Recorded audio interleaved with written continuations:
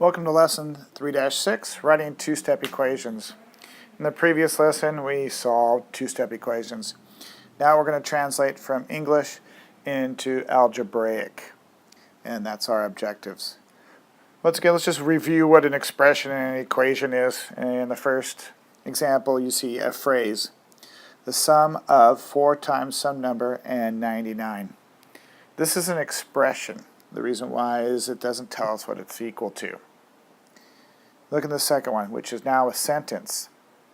The sum of 4 times some number and 99 is 299. It's got that is, which is the equal sign in English. And we write out as we read from left to right. So the sum of 4 times some number, and we'll use some sort of variable. Sometimes they tell us what the variable is. Sometimes they don't, and we can make up our own letter. Alright, in chapter 1 we did problems, or we did translating, and notice that it comes back again, and you'll see this happen time and time again in math. So 6 more than twice a number is 30. We do have our is, so we now know we have an equal sign. We just need to translate, and if you remember, I used to say whoever's doing the work comes second. So 6 more. So it sounds like 6 is doing the work, so it'll come second. What type of work is it doing? More than. Well, that's the addition. Who's getting the work done to them? Twice a number. Twice means to multiply by 2. And since we don't know what number it is, we'll give it an n. And don't forget right here, we have is, which is our equal sign, negative 20. So this is the translate each sentence into an equation. Let's try some more. Alright, translate each sentence into an equation. Well, we see here 18 is 6 less than 4 times a number. We read from left to right, so our equation should be left to right, meaning that 18 is going to be the first thing we're going to write out, because it came to us from left to right. Now we have our other part, which is 6 less than 4 times a number. So now we're going to hear who's doing the work. Well, 6 less than is. So 6 is going to come second. What type of work is it? Well, I see right here, less than means subtract. Who's getting the work done to him? Well, 4 times a number. 4 times a number. So 4 times some number. I don't know what it is, so I'm going to use a variable. I picked n. Yeah, let's translate again. The quotient of a number and 5 increased by 8 is equal to 14. So my first part, or the left side of my equation, can be found right here until I see the word is. And here's my other side of my equation right here. So the quotient is one of those special words that we learned that we're looking for. It's compadre, it's friend, and that's that word and. What it quote means to divide,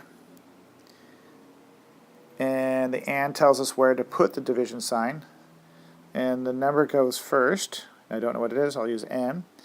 Then this number, which is 5, I know will come second. So that's what quotient does for us. We find the word and, we put the division sign in between the two numbers it talked about.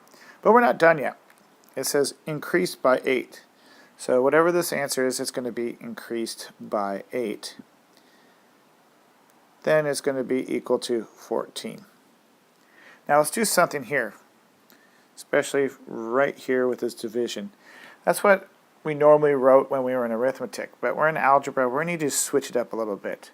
We're going to change that really to n over 5, because n division bar 5. Change it into a fraction. And that's how we should be doing our problems. And that's really the best answer. This is still good. Alright, this slide we're going to translate, but we're also going to find the number, or which really means is to solve. So let's solve. In order to do that, we need to translate. 7 more than, well, that means 7's doing the work. What kind of work?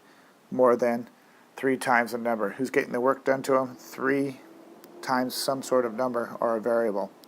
So 3 times some number we don't know, we'll use a variable, and then we're going to add 7 to it, is equal to 31.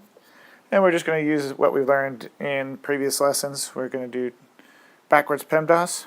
That means I'm going to focus on the addition, subtraction first. And I get 3n. The 7's cancel out. I bring down the equal sign, and then I take out my calculator if need be, and I go 37 minus 7, which is 24. Then I'll go back, and now I'll have to isolate that variable n. I'm going to do the opposite of multiplication, which is division. And I'm going to divide both sides by 3. Why not 24? Because what I really want to do is cancel out the 3's and make them a 1. So 3 divided by 3 is 1. So that's why I'm choosing it. And whatever I do on one side, do the other. 24 divided by 3. If that's something you need to use a calculator for, feel free. As long as you show your steps, that's great. We're practicing translating because that's what we usually do in word problems, especially in our science courses, etc. Suppose you are saving money to buy a scooter that cost $100. You already saved $60 and plan to save $5 a week. How many weeks will you need to save? Alright, so let's break this down. Alright, so what I gathered from the problem is that you're going to take what you saved, and together with what you're going to save, you're going to try to reach $100.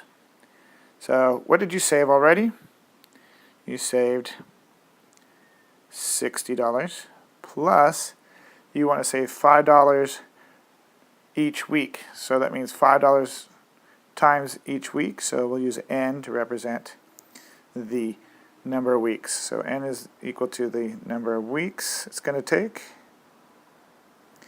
And you're going to hopefully make it equal to 100.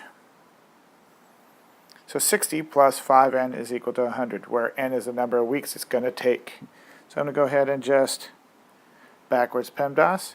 Well, I'm not going to do the 5n because that's the multiplication. I am going to take care of the 60. Notice in front, there's no sign in front of the 60, so I know it's positive, so I'm going to take the opposite. Opposite of positive is negative. That'll cancel out and give me a 0. Whatever I do on one side, I do on the other. I'm left now with 5n. Don't forget the equal sign. 100 minus 60 is 40. Now we're going to finish up isolating this variable by going ahead and dividing by 5. Divided by 5 gives me a 1. That's why I'm not using the 40, because I want to get a 1 in front of the n. 40 divided by 5 is 8. And just because n, I told you, is equal to the number of weeks, it is 8 weeks, so that we put a unit. And there you go, ladies and gentlemen. Let's do this again. In 2000 Summer Olympics, the United States won 9 more medals than the Russians. Together they won 185 medals. How many medals did the United States win? We don't care about the Russians, but we do need to know what the Russians won in order to figure this out. Because we were told whatever the Russians won, we have 9 more. Altogether, it works. We won 185. All right, we're going to take the Russian medals plus the USA medals, and they should equal 185. But we don't know what the Russians won. So we're going to use this variable n. Okay.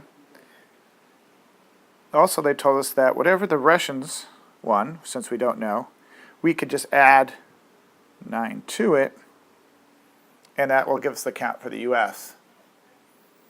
If we put them together, it should equal 185. So I'm going to go ahead and get rid of the parentheses, and since there's no number in front of the parentheses, it's just 1. So multiplying by 1, I could just go ahead and get rid of this.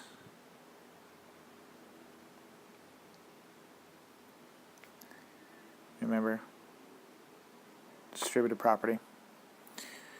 Now I have like terms, so that gives me 2n plus 9 is equal to 185. Well, got a two-step equation. So let's go ahead and work backwards. PEMDAS. And let's see here, 185 minus 9 is 176. We're almost done. We have 2n is equal to 176, divide both sides, and n is equal to 88. But, as we said here, n is the Russian metals. We need to know what the USA won. Oh, wait a minute. We have right here. Remember?